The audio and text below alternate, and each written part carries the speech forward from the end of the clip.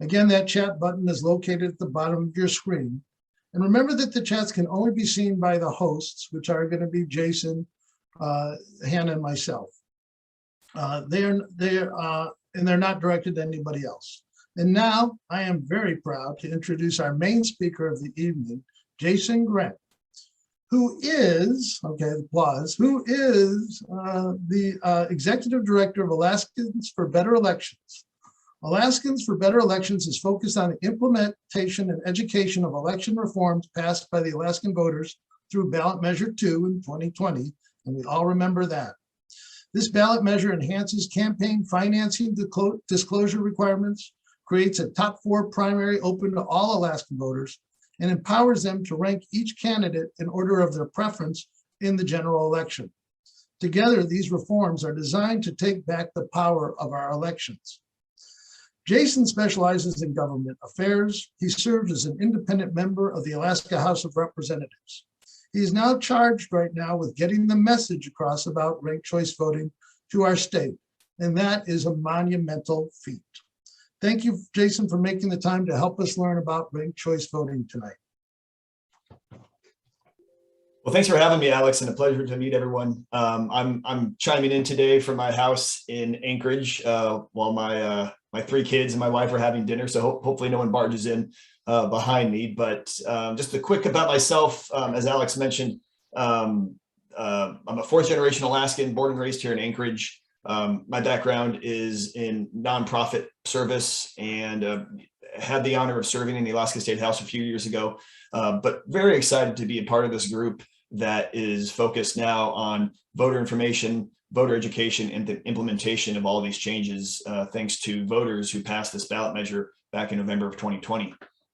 I'm going to share my screen. We'll get started with the PowerPoint, just kind of go through about 30 minutes of slides, but happy to answer questions. Want to leave time at the end, knowing that this is sometimes a topic that people want to dive into and kind of get a lot of background, or just have some easy questions, some softballs that I'd love to answer. But before I get started, this ballot measure passed for 51 to 49%. So every time we give presentations or go into a room to talk about it, we know that there's perhaps people who voted against it, or who don't like it, or don't understand it, and have questions, or people who love it and really want to get involved and are very supportive. But for us, we are focused on the education of voters, and so that voters feel confident and inspired by these changes and know how to fill out their ballot when they get the opportunity to this June, this August, and this November. So I'll share my screen real quick and we can get started.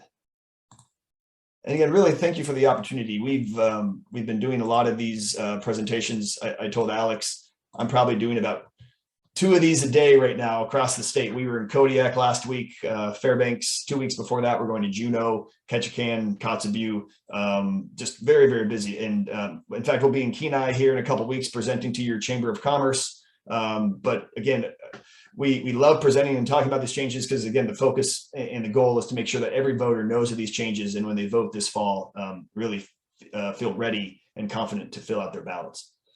So really quickly, what we're going to talk about, I'll just give you a brief update on what's been happening since ballot measure 2 passed in November of 2020.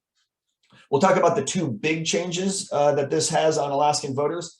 And then I'll end the presentation with ways that you can help. Obviously, this group, as community leaders and people who want to see things change and quality of life improve across the state of Alaska, there's ways that you can actually help make this election successful as well. So we'll talk about that as well.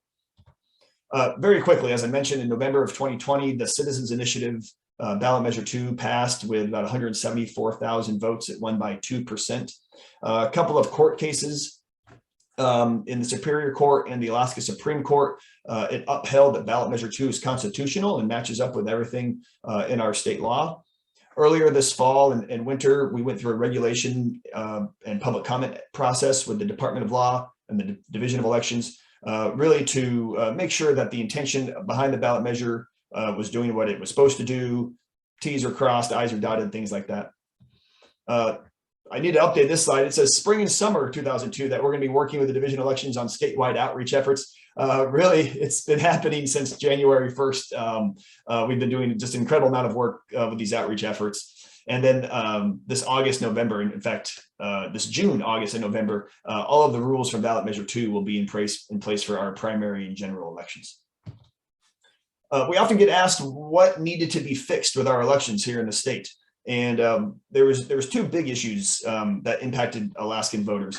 One was our closed primary system. If you remember, if you were in Alaska a long time ago, up until about the year 2000, we actually had an open primary system, and that shifted in the year 2000 to a semi-closed or a closed primary. Well, about 63% of Alaskan voters don't associate themselves with one of the 2 major parties. They're not a registered party member to either Republicans or Democrats. So you have 63% of voters who, in a closed primary system, had to choose a ballot. You probably remember going to the primary election, getting your ballot, but having to choose a ballot. What it also did was eliminate your choice. As a voter, if you got the Republican ballot, you could only vote for Republicans. If you chose the other ballot, you could vote for Democrats, non-affiliated candidates, but you couldn't vote for Republicans if you wanted to. So in that way, so many voters had to choose, and they had their selections limited. And in a closed primary system, when voters are excluded from participating, voter turnout goes down, people feel disenfranchised. And so this switch to an open primary will hopefully alleviate some of those problems. We also have we had plurality elections, first past the post type elections, which is very common, and most people know. The person who wins gets the most votes. Well, in Alaska, we had many elections where people were winning without majority support of their community.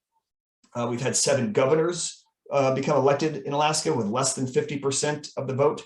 And in fact, no candidate in the US Senate races has received 50% of the vote since 2002. In a state like Alaska with a long history of third-party candidates, independent candidates, that wasn't representing our voters correctly. And so fixing this to a ranked choice voting, it will be more reflective of the voters' intention and who represents them in Juneau and Washington, D.C.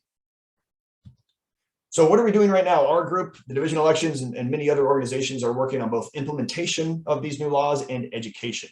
And just very quickly, I can explain what that means. Implementation, what that means is we've got to upgrade our software for our ballot machines. We have to go through the regulation process, as I mentioned.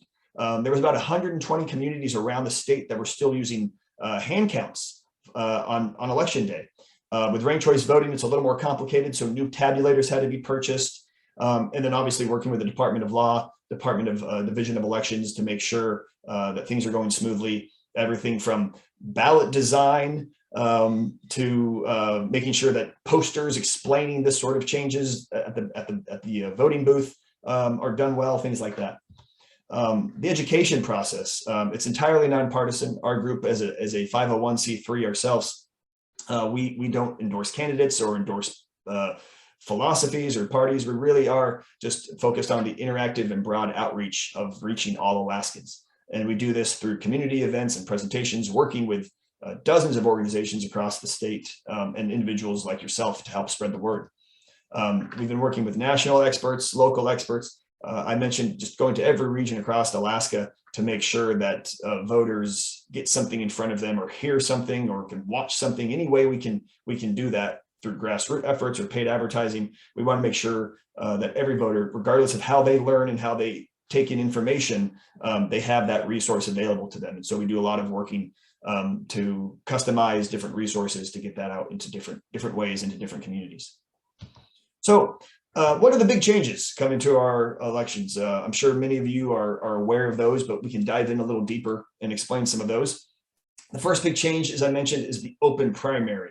What does open primaries mean? Basically, it's a primary election that does not require a voter to declare their party affiliation to participate. You can see here on this map, open primaries are actually pretty common across the United States. Many states have an open primary and have been using them for a long time. You'll see here on the left, Washington and California are a little bit different color. They use a top 2 nonpartisan open primary. And we in Alaska are going to be using something similar to that. We will be using a top 4 nonpartisan open primary.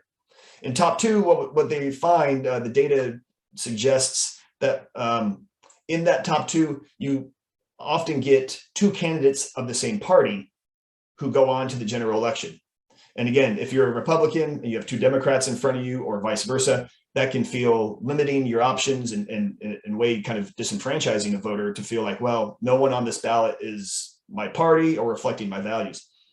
Our goal with the top four system here in Alaska is that there's more choices, there's more nuanced discussion, there's more, you don't get one on left and the right of the extremes, but you get people who are willing to talk to all voters. And so a top four system allows us to have more competition, more debate on many different issues, and more candidates who feel they can run regardless of what party they might be a part of. This is a sample ballot from the state of Alaska. It actually will probably need to get updated because this is the primary ballot. The primary ballot moving forward will actually have the United States representative special general election on that ballot, perhaps, or it'll be a separate piece of paper. But for our discussion tonight, this is what the primary election looks like. Again, very similar to what you've seen in the past. A list of candidates, ovals next to their name. In the primary election, you will only be selecting one candidate. And again, you can see here, every Alaskan will receive the same ballot based on where they live. Obviously, the district you live in, or the community you live in, will have your appropriate state senator, state representative, things like that. But regardless of your party affiliation, everyone will receive the same ballot. It also means that every candidate will be on the same ballot. So if you're a Republican, a Democrat, a nonpartisan, you will all be on the same ballot. Another change that's coming to our elections, on the bottom left-hand corner, you can see that the governor and lieutenant governor are running on the same ticket in the primary. That's a big change. It's not happened before in Alaska history. And obviously, if you're paying attention to the news, gubernatorial candidates have selected, many of them have selected a lieutenant governor already. Governor Dunleavy has not selected a lieutenant governor yet, but he has until June 1st to make that filing official. But this is a change. In the past, you'd have a governor's race and a lieutenant governor's race in the primary election. Whoever won would be matched up. We hope and think that this is more reflective of putting people together who have strengths and weaknesses and similar values and can run together, as opposed to what has happened in the past. If you have a governor and lieutenant governor who don't like each other, that can make for a long 4 years. So the goal here is that it creates a better team of people who reflect their values. The sample ballot is on the divisional elections website, both this ballot and the general election ballot. You can download both of those and look at those. The divisional elections website has a lot of great FAQs and some other videos as well. So how does an open primary work? As I mentioned, all voters will receive the same primary ballot, and they will select one candidate in each race, regardless of party. So again, now you have options. If you're a nonpartisan and you want to vote for a Republican or a Democrat, you can do that now in the primary. From there, the top 4 vote getters will advance to the general election. Again, regardless of party affiliation, the top 4 vote getters move on. You could have 3 Republicans and a Democrat, 2 Democrats, a Republican, and a nonpartisan. Any combination of any of the parties or their party registration can move on. You cannot win in the primary. Let's say I'm running, and Alex and a few others, and I get 60%. I cannot win in the primary. Regardless of how much I win by in the primary, the race still moves on to the general election. And so if you could have a 4-way race and someone gets a 26, 25, 24, and 23%, very tight race, all 4 of those people, if they're the top 4 vote getters, will be moving on to the general election. All right, change number 2. Change number 2 is kind of the big sticky wicket that we spend a lot of time on. People have a lot of questions. I'll explain this. Go through how it works, how the counting works, and then we're actually going to do a little mock election on our own. But change number 2 is the ranked choice general election. Ranked choice voting allows voters to rank candidates in order of preference. You can rank as many candidates as you like.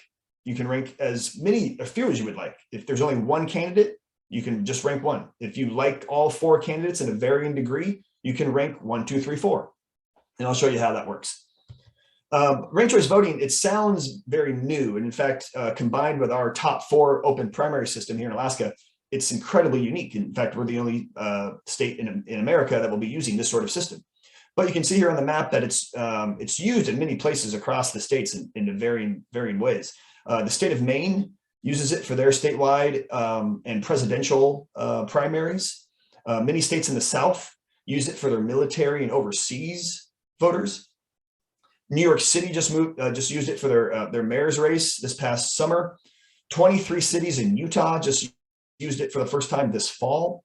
The Republican Party in Utah and the Republican Party in Virginia use it for their nomination process for governors and federal races. And then cities like Minneapolis, Santa Fe, San Francisco use it at a city level. And so it's it's a system that has lots of benefits, and it's gaining a lot of momentum here in the last few years. And here in Alaska, obviously, we're kind of the North Star on a lot of reasons of using our unique system. But Australia has used this system for about 100 years. Ireland uses it. Scotland uses it. Many countries around the world use it. There's like 300 different colleges and universities that use it for their student government, like Harvard. They use it for student government because of its process and the benefits that it has. So an interesting system that we're happy to kind of be leading the way on. This is a sample general election ballot, and I'll zoom in here in a moment so you can kind of see what this looks like. But you can see instructions on the top, and then it lists race by race. And at first glance, I might go, "Whoa, that is a lot of bubbles. What do I do with this?" And as we zoom in, you can see it's as simple as filling in more ovals, as many ovals as you would like, kind of. So it's got instructions on the top. And in this U.S. Senate race, there's 4 candidates, and someone decided to fill in all 4 candidates. They chose moose first, whale second, bear third, and eagle for their 4th choice. You can see also there is a spot for a write-in, which is why there's a 5th choice. If you wanted to write someone in and give them the 5th choice, you can. Or write them in and make them your 1st choice. You have that option as well. But for all intents and purposes, because there's only 4 candidates, most voters will be focused on the 4 candidates that have listed and who moved on from the primary. So how do you use your ballot? It's a 1, 2, 3 type of system. Step 1 is to choose your top candidate. That's your 1st choice candidate. You want them to be considered first on your ballot, and you bubble in 1st choice next to their name. If you have a 2nd choice, again, not required, you select the next candidate. It just has to be different from your 1st choice. And then again, the process continues. If there's a 3rd choice and a 4th choice that you like or don't like, you fill them in accordingly. So here's some things not to do, things that we recommend not to do. You can see here, this person loved winter. So this is summer, winter, spring, and fall, or are battling it out. They love winter so much, they're going to give winter all their votes. Well, we have something called one person, one vote here in America. And this would this would go against that. What would happen if you put this ballot in the machine? It would get rejected. It would get spit out pretty quickly. In fact, if you've ever had a ballot get rejected, you know that it's pretty instantaneously. And you have the option as a voter to look at your ballot, see if you need to make a change, ask for a new ballot, or you go, no, this is exactly what I wanted to do, and you can put it in. Well, here, winter would receive your 1st choice. The machine would take that as valid. But if it ever needs to look for a 2nd or 3rd or 4th choice from your ballot, it can't assign anything, because obviously it already has your 1st choice in, so it doesn't know what to do. And so anything other than your 1st choice would not be counted in this election for this particular race. Here's another thing that actually will spoil your ballot on this particular race. This person decided, I love all the candidates equally. I'm going to give them all my 1st choice. Again, put it in the machine would reject it because it doesn't know where to assign your vote. And so, if we can't assign your vote, we can't put it in the candidate's pile. This would spoil your ballot for this particular race. This is another thing that doesn't happen often, but has happened in other jurisdictions with ranked choice voting is, well, I like winter. I'm going to give winter my 1st choice. That's great. But I don't like anyone else, and I'm going to give fall my 4th choice. Maybe this person thinks that will hurt the fall candidate, or maybe they don't like them enough to give them a 2nd or 3rd choice, but a 4th choice, maybe I'll give them to that. Well, again, you put this in the machine, it would reject it. It would say, we have a 1st choice, but we can't assign a second or third choice anywhere. We're going to assume that the rest of the ballot is invalid and doesn't have anywhere to go. And so it would count for your first choice, but on your fourth choice, it wouldn't be able to assign that. So if we look at a ballot, again, this is the top of the ballot. It's got your instructions on top, and it's got the summer, winter, spring, and fall parties here, or candidates ready to be voted on. And on election day, all the polls have closed, and we're ready for the first round of results. The division elections is going to show that just the first round of results, because they can't eliminate any candidates. They can't show, they're not showing any of the other results except for the first choice rounds. And I'll show what that looks like. So, but how do we count the votes? What happens now after the polls have closed? It's the next day. What happens? Well, the ranked choice voting, you need 50% plus one. I mentioned with ranked choice voting is the goal is to receive the majority support of your community. And you do that by receiving 50% of the vote plus one. Well, here in a four-way race, you can see no one got to 50%. That black bar on the graph there is 50%. No one has received 50%. Winter, maybe 34, fall, 32%. You have spring and summer. In previous races, winter would have won this race with 34% of the votes, first votes from the community. But that means 66% of the community voted against winter. So with ranked choice voting, what happens though is because no one received 50%, we have to eliminate the last place candidate. And we look at those ballots, the people who cast the last place candidate first. We say, okay, last place is now, summer is now eliminated. And it looks at your ballots and says, okay, who did those summer voters rank second? And so you move those ballots to the other candidates for anyone that you ranked second. So you can see now here, these candidates are starting to build more support because of whatever they did in campaigning or different platforms, their philosophies, the things they're passionate about. Winter gained a little, fall gained a little, spring gained the most. But again, no one has reached 50%. So we have to eliminate one more person. And in this case, we would eliminate spring. And so we would look at spring's ballots, anyone who ranked spring first, say, who did they rank second? And anyone who voted for summer first and spring second, we look at their ballots and go, who did they rank third?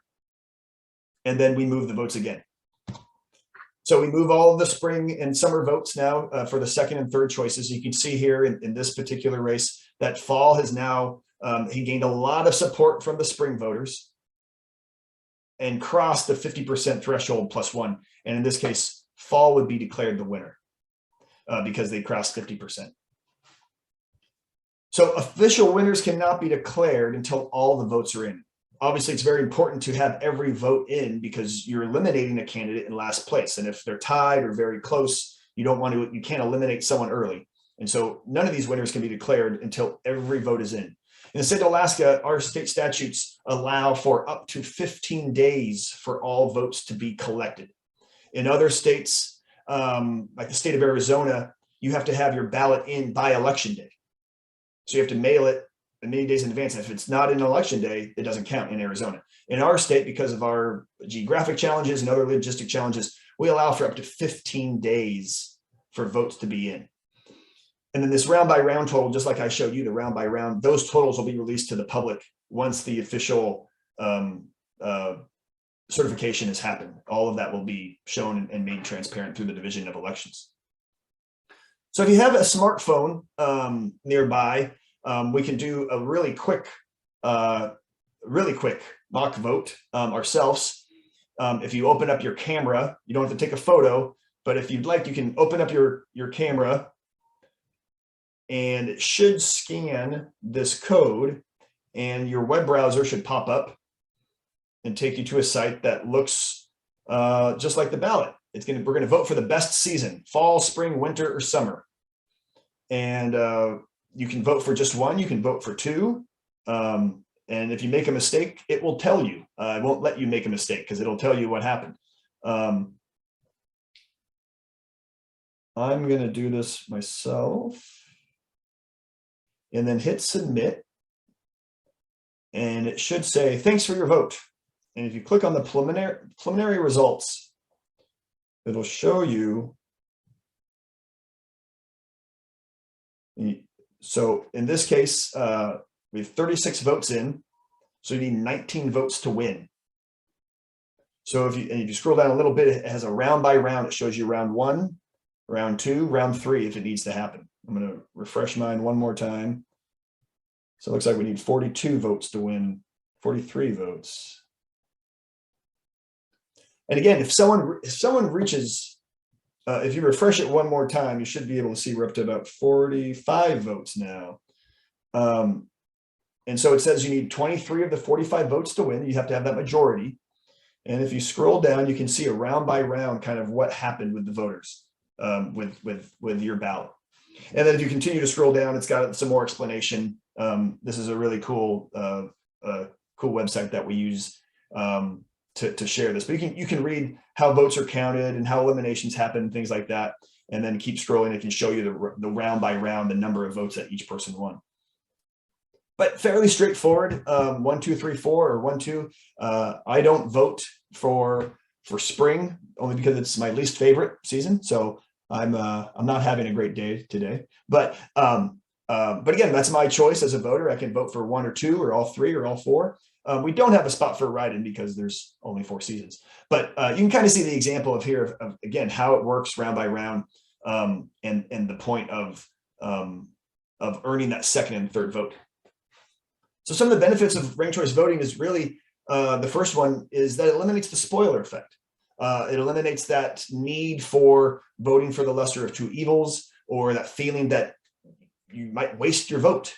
If you've ever had to vote for a race that has 3 candidates in it, and you really like one candidate, but he probably won't win. Maybe he didn't have a lot of funding, or he's not one of the 2 major party candidates. Now with ranked choice voting, there's no need to worry about wasting your vote or having to really think strategically, because you can vote for who you like and support them in a way showing your preference.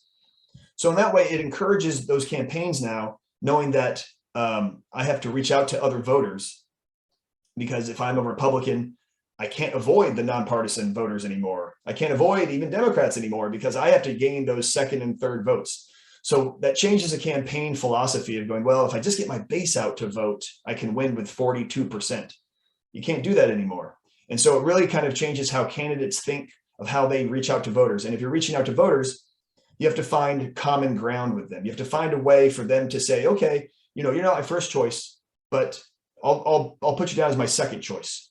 And that changes how voters think and how it changes how candidates think. Because you want to build that winning coalition requires that combination of strong first choice support in addition to a second and third choice vote, because you have to receive that majority of your support from your community. A quick recap. I'm not sure how much time. I want to leave time for Q&A and going back as we can. But obviously our elections are changing, and we're doing a lot now to just work with voters across the state to educate them, prepare them, to get out resources across to every community we can. Change number 1, obviously, is that open primary first. Hopefully it'll increase participation of voters and reflective of the will of voters by allowing those top 4 vote getters to move on.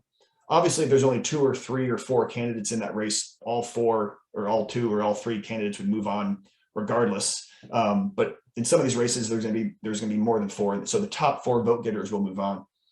And then ranked choice voting in the general election. As I said, it allows you to show your preferences for your candidates. Winners have to get majority support, 50% plus 1. And then all of this counting, all this round by round work will be done transparently and be released through the divisional elections.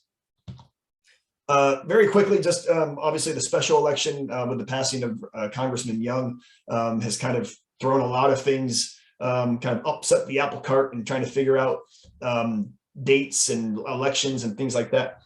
This Friday, April 1st, is the filing deadline for that special election. And so you'll probably see a lot more names here put their name in the hat in the next 48 hours. The filing deadline for the regular election is June 1st. And so candidates who are looking at the regular election have 2 more months to do that. The special primary election, the election to replace Congressman Young for his last 5 months in office, that will be happening June 11th, and that will be happening by mail. All registered voters in the state of Alaska will receive a ballot in the mail. And again, that's a primary election. So you'll vote for one person in that one particular race, the replacement of Congressman Young. You'll just vote for one person. August 16th will be the general election for that replacement House seat, and it will be the regular primary election. So they're combining the two elections for that August 16th date. And that'll be done as normal elections happen in person, unless you request an absentee or something. And then November 8th will be the regular election for the 59 of the 60 state races, plus the governor's race, plus the US Senate and the US House race will be done on November 8th. And that'll be using ranked choice voting.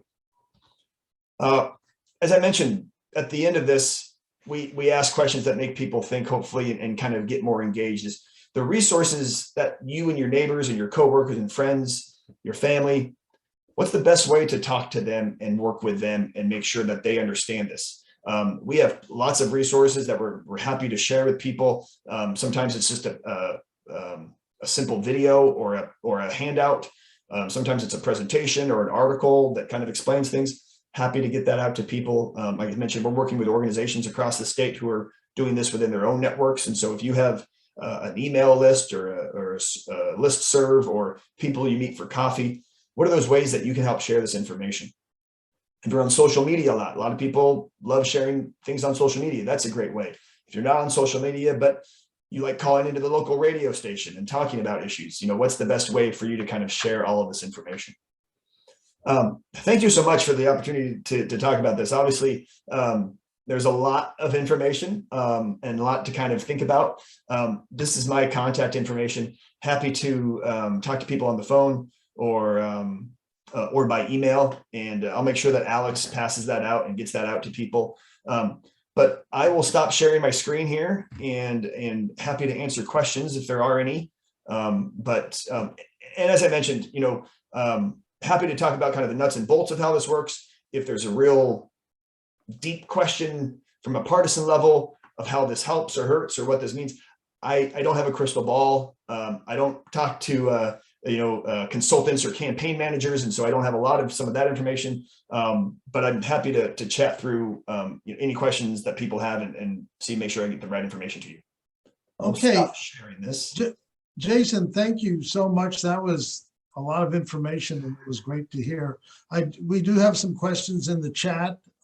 And again, we set it up so you could ask questions in the chat, but if some reason you're more comfortable with raising your hand, we'll see, but we're trying to stick with that. But in the first question I have from Judy, and you can see it too, I think you can, maybe just me. If I mark just my second choice and not the first, does my ballot still count? So yeah, it's a great question. The rule in our statutes explain that if you skip 2 consecutive columns, your ballot in that particular race would be spoiled. So if you rank someone 3rd or 4th, but you've left the first 3 blank, if you've skipped 2 columns, it would spoil your ballot. So if you rank someone 2nd, no, it would not spoil your ballot in that particular race. If you rank someone 3rd or 4th, it would. Okay, thanks. And this question is, thanks, Jason. This question is from Ron. Please describe in more detail how the votes are distributed in rounds 2 and 3. Yeah, great question. So again, if you think of, if we all held our ballot, if you think of an actual physical ballot that you have in your hand, and there's 4 candidates, and if you think back to our example with the 4 seasons, and I voted for Winter first, and Winter gets eliminated. If you think of us in a room, and there's 4 corners in a room, 4 candidates, and said, okay, in your first choice, go to the corner of the room that's marked for each candidate, spring, summer, winter, fall, and we're all kind of in different corners. I said, okay, winter is eliminated. Everyone in the winter corner, I want you to look at your ballot and who did you rank 2nd? If you did rank someone 2nd, go now to that corner of the room, go to that candidate, and your ballot stays with you what happens though is if your first choice is eliminated, now we look at your second choice. Where is that? And your ballot will just move to the candidate based on who's eliminated and who you've ranked. If you've ranked Summer first and Summer never gets eliminated, you never have to move. If Summer ends up winning and you just stay in that corner of the room with your Summer voters, that's your ballot. It just stays until Summer's declared the winner. So in the first round, again, we look at who is in last place. They're eliminated. We look at their ballots and say, who did they vote for second? And if we have to go to the third round in the same way, we look at who's eliminated, who did they vote for second, and we move that ballot to the next candidate. And that's why, some people have said, look, I only like one person and there's 4 candidates, but I'm only going to rank one because these other 3 turkeys, not for me. Again, that's your choice as a voter. 100% your vote is counted, it's valid. The power of ranked choice voting comes in of using your ballot in other ways. We tell people never vote for someone that you don't support. If there's someone on a ballot that you don't like and you don't want to support them, do not rank them. That is, again, never make a voter do that.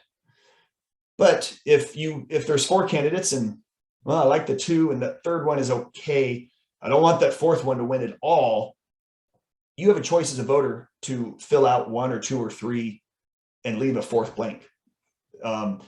It's just the power is in your hands for more choices to show support in different ways.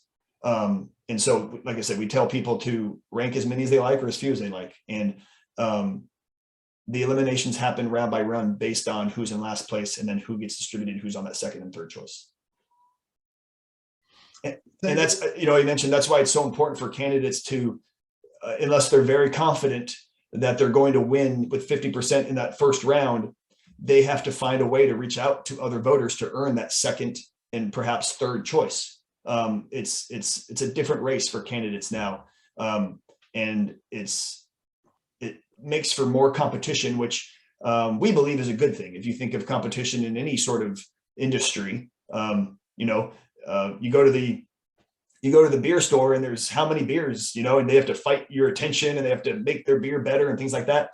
Our current system has usually red and blue. We usually have Republicans versus Democrats, and there's not a lot of nuance sometimes. And so this system allows for those candidates to show where they can find common ground, work bipartisanly, find results by working with people who maybe are outside of their own party.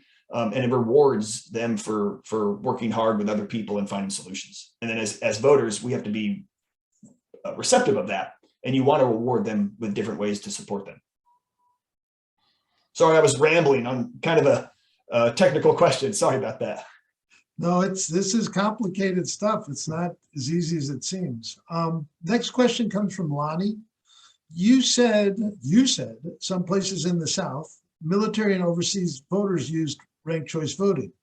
How can some use ranked choice voting and some not, or did I just misunderstand this? No, that's a great question. I'll say thank goodness for computers.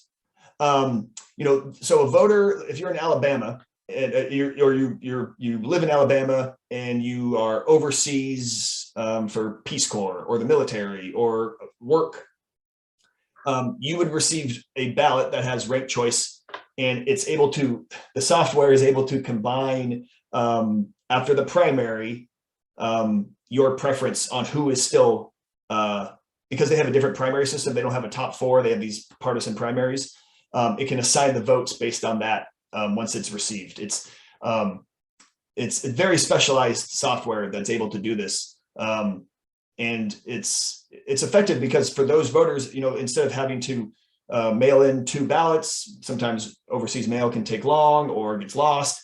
It helps a complicated system be a little less complicated from a voter standpoint. But the software is able to do it. I've seen it work. It's very, very quick and it's transparent, and they've been doing it with success for a long time. Alaska used to do that too. Had ranked choice voting for military and overseas voters. It was happening when we had more of our residents deployed in the 80s and 90s, but we used to do that here. Thanks, Jason. This is from Donna. How are you feeling about the education campaign so far? are Alaskans ready for our first election? No, it's tough. Obviously, the timeline that was created with the passing of Congressman Young makes it tougher. Everything that we had planned to do during the summer now has to really kind of start 2 weeks ago. It's one of these things. I'll say, I'd say 1 in 5 Alaskans feel very confident that they can figure this out once they get to do it, once they see a ballot. But we get questioned, like I said, I was in Kodiak last week, and every person who came up going, yeah, I heard about this, tell me more. And you kind of explain it, and you show them a mock election, or you send them, you show them a sample ballot. And that's really when the light bulb goes off. Once you can kind of see it in, like, what's a ballot look like? Or, oh, I did it on my phone. Okay, yeah, I know how to do that. But it takes getting in front of every registered voter. The state of Alaska obviously doesn't have the resources to do that. We are working with groups like AERP and Native corporations and Get Out the Vote groups to, one, fund them. We have grants for these groups so that they don't have to dip into their own budgets to do so. We're able to provide funding for them to do a mailer or do a webinar or do a mock election. But it's going to be, it's tough. It's, I mentioned to you, Alex, I'm probably doing 2 or 3 of these presentations every day. I've got one tomorrow morning. I've got one on Saturday. I've got 2 on Friday. I mean, it's just, groups are wanting to learn, which is a great sign. When we reach out to groups, they say, yes, please, that sounds great. Or groups like this one who are reaching out and being proactive. It's a heavy lift, but obviously it's important, something that we're passionate about, something that impacts every Alaskan. And so it's definitely kind of a nonstop whirlwind at this point. Thanks, Jason. Yeah, your task is definitely not easy. This question comes from Julie, and they're all good questions, but will there be any ranked choice voting how-to guides at the polls? Or what I was thinking is you'd have an ambassador there showing you how to do it, but that might be too partisan. Yeah, so the division elections will have posters in individual booths. Every booth will have kind of the explanation. Obviously, they have their own voter guide that they put out that they send out to voters. Working with groups like League of Women Voters and all sorts of these other groups will do their own education. We're all kind of using the same language, the same graphics, the same explanation so that nothing gets lost in literal translation or figurative translation. But the state of Alaska is doing a lot to, obviously they want this to be successful. This is, what they do. And so they're thinking of ways to make sure that, again, that gets in front of every voter. With the mail-in ballot that's going to be happening in June, luckily, that's just a pick one person type of primary. So you don't have to explain it and then mail it in. But they're going to probably put an insert in that mailing that explains the next election, ranked choice voting, and things like that. And so there's a lot of coordinated efforts to make sure that this gets done. But the division has their own kind of purview and things that they can do. They can't do other things. Like I mentioned, we're in Kodiak and Fairbanks and everywhere in between at conferences and talking about this. State of Alaska has different, limited resources, and they can't do that. And so we're doing a lot of, I'd say, kind of the one-on-one in community supplemental work. Thanks, Jason. I've got a couple emails from some people talking about good resources, and I think what we'll do is we'll just add that to our list of things when we send out more information to you, but there's some really good videos.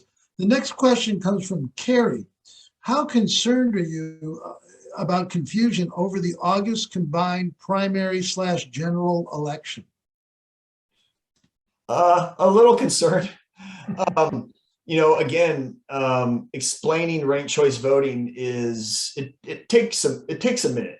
How to fill out your ballot. It's not something you can kind of just explain in your, elevator speech type of thing, right? I've got 10 seconds. Let me show you ranked choice voting. It does take a moment to kind of show someone a ballot, let them see it, process it, or watch a video, or be part of a webinar, or do their own mock election. It's kind of a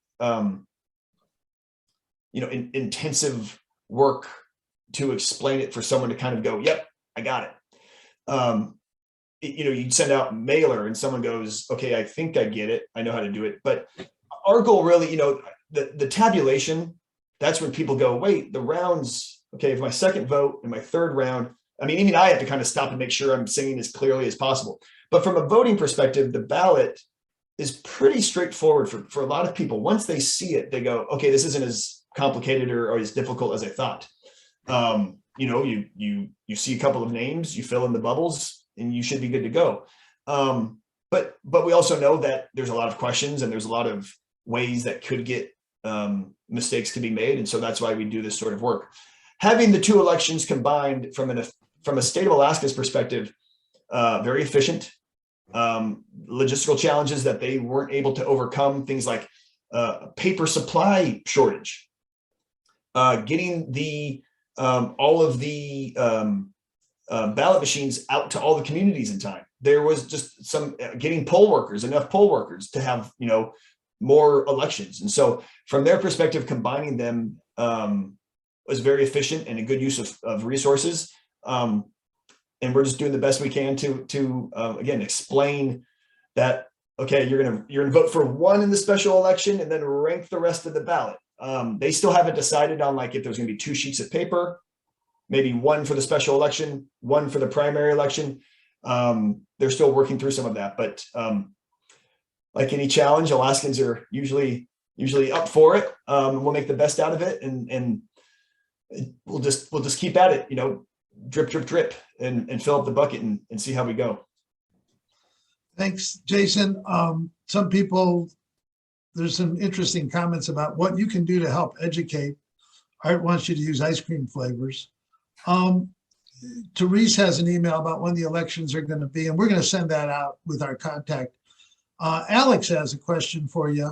One of the things that I'm curious about is what's going on with the part of the ballot measure 2 had a lot involved.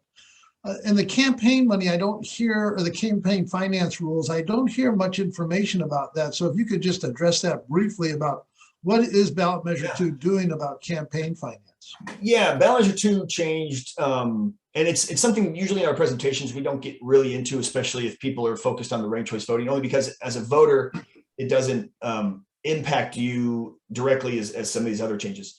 But ballot measure 2, what it did was change the rules, the reporting rules regarding groups that participate in independent expenditures, in IEs, what they're called, groups that, Alaskans for apple pie. You receive a postcard in the mail saying this guy's the greatest or this guy's the worst. And you look at it, it's like, oh, it's Alaskans for apple pie. Who is that?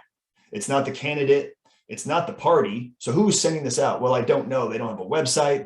They've registered with the state, but I don't know who this is. Who's funding these people? And so what ballot measure 2 did was say, if you are a donor to these groups, IE groups, or if you donate to a group that donates to an IE, if it's more than $2,000, you as the donor and you as the recipient of this money have to report that within 24 hours. What was happening was the reporting for these groups would not be final until February, about 3 months after the election.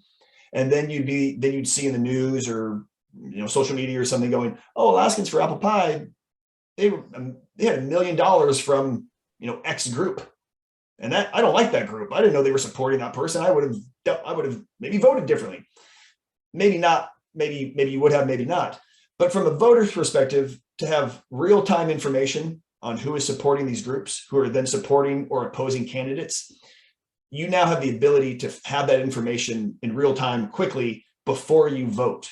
And so it's really just a way, it's information to voters in a transparent way that allows them to do what they wish with the information, but it's information that's more timely to know before you vote as opposed to months after.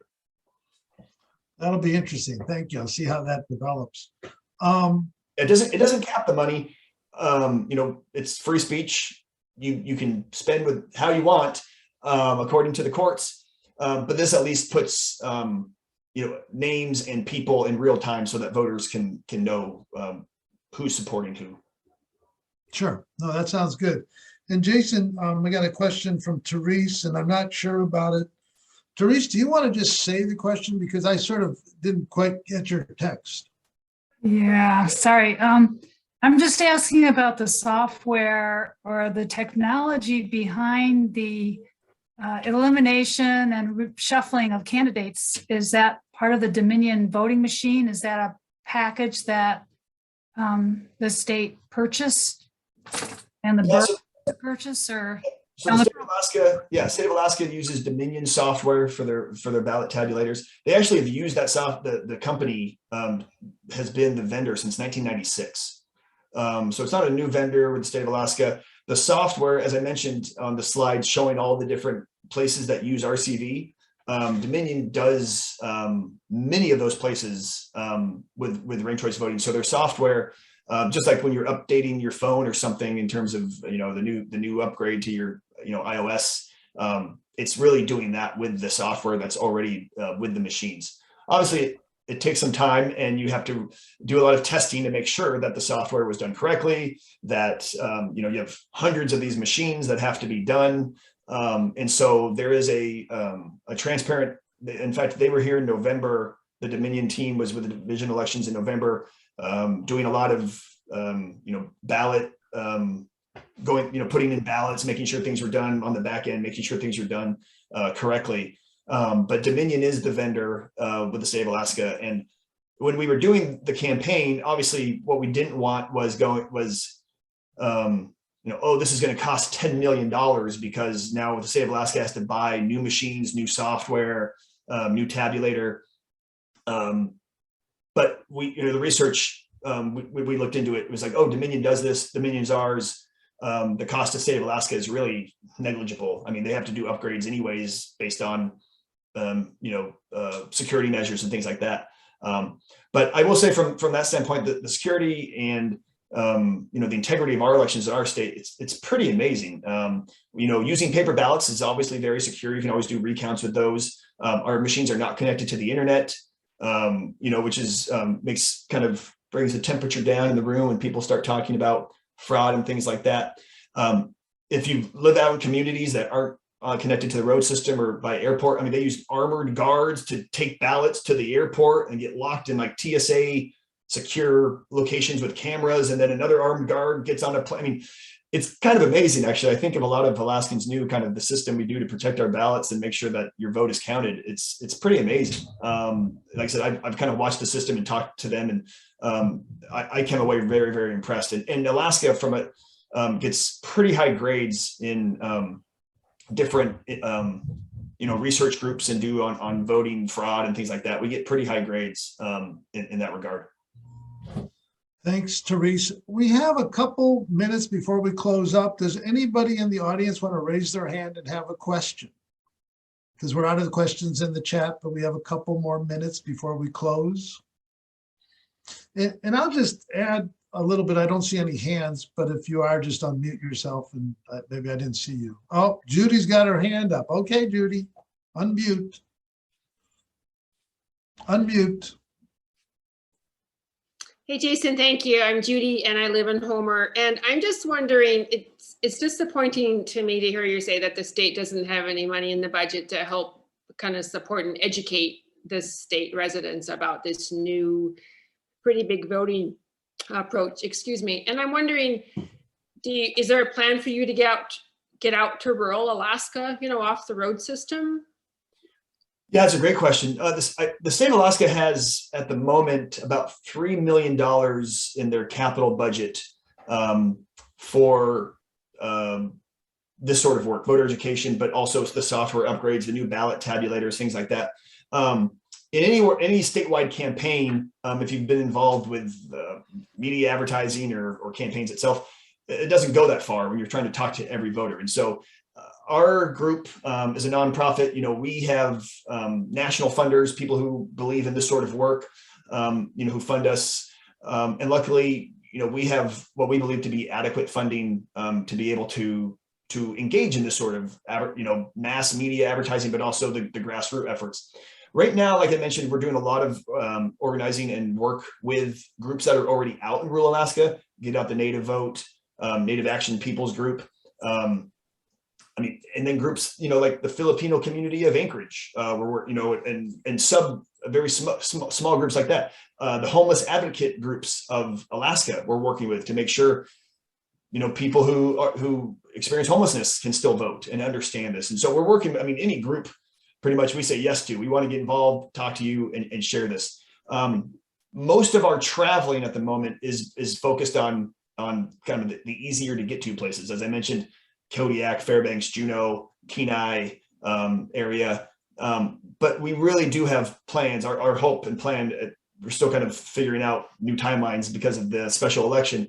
But to getting out to Bethel, Dillingham, Kotzebue, Ukiagvik, places that if we can't find good partners, native regional corporations, things like that, that we will be the messenger. Like I said, the white guy from Anchorage sometimes isn't the best messenger. I'm not offended, totally no. But we want people to, meet people where they are, talk to them, feel that they're getting the real message. And so sometimes there's just better messengers for that. So we want to empower, as I mentioned, get out the native vote groups and other places, other groups like that to really share it. But yeah, we're kind of full steam ahead, full system, doing whatever it takes. We had a presentation with Nana Corporation yesterday, and they want us to bring it, they want us to go out to Kotzebue areas. So we're constantly looking for new opportunities and things to talk with people, because it's, we know not everyone's on social media. Not everyone can do a webinar. Not everyone looks at the mail that they get, things like that. So it's on the list. I'll say that, Judy. Yes, it very much so is a priority for us, because truthfully, and I know we're running out of time, those voters in rural Alaska were a big part of the campaign's success to pass this, because of the different way it empowers those voters. And so we definitely treat them as a priority for us to engage on education efforts as well. Jason, I appreciate you answering fast, and that was a wonderful question. That's good to hear. Tina, you got a quick question, or Paul, and then we're going to wrap it up. I got to get it off. If not, people are coming for me. Thanks, Jason, for coming. Hey, you mentioned ballot curing, and I presume that was for in-person voting on election day when you put it in the machine. Is there, just wanted to clarify that, and is there anything similar for early or absentee in-person voting, or, the mail-in voting? Is that possible if it's at least for finding out whether the signature match is there ahead of time? Is that in the process? Yeah, it's and Paul and Tina, good to see you. It's similar to what it is now in terms of that absentee or mail-in ballot. There's no rule change to that. Obviously, if in-person voting makes it a lot easier if you have a rejected ballot. If it's mail-in, there's not much that can be done, especially given the turnaround time. And so all of the processes and procedures that are in place for absentee ballots in previous elections are the same rules that apply with the special election. So it's really, there's not much that can be done with the absentee ballots outside of, like, the signature verification now is in place, different than what it was in 2020 because of COVID. But so that's about the only thing that kind of allows for the security of the tracking of the ballot. But in terms of a turnaround, calling someone saying you have an opportunity to change it, there's not a lot. And that's the early absentee in-person voting is the same, right? Correct. Yeah, there is going to be opportunities for people to do in-person ballot, and on election day, June 11th, there will be certain communities that have in-person locations available as well. I don't know if the state has even put that out yet, but they have said there'll be probably 8 to 10 locations around the state where people can actually go to vote in person. Thanks, Jason. Yeah, there's a lot of information we could have gone on, but I really appreciate that. And so we're going to be sending information out about how to contact the coalition and other information that can help you with ranked choice voting. And since this Zoom event was recorded, we will send you the link when the video is ready. And the video will cover the ranked choice voting portion of this meeting tonight. I want to give a special acknowledgement to Hannah Gustafson, who's our Zoom specialist tonight, and she has helped prepare us for this event, and she was awesome. Also want to thank Homer Public Library and other groups that have helped share this information with the public so we can get it out here to explain to you that we're having this event tonight. We want to thank the Coalition for a Healthy Democracy for putting on this event. We want to give a big shout out to Alaskans for Better Elections and Jason Grenn for helping bring us ranked choice voting and educating us tonight. But most of all, and this is true, we want to thank you. You know, you're coming and listening and learning about what is happening with the Coalition and about ranked choice voting is extremely important because that's going to carry the message. Have a wonderful evening. And again, share the information you have learned. And again, the video will come out. So we are better prepared to vote in our upcoming elections. Your vote counts and your voice matters. Good night. Thanks, Jason. Everybody have a good one. Drive safe home. Oh, that's right. I am at home. Thank you. Thank you.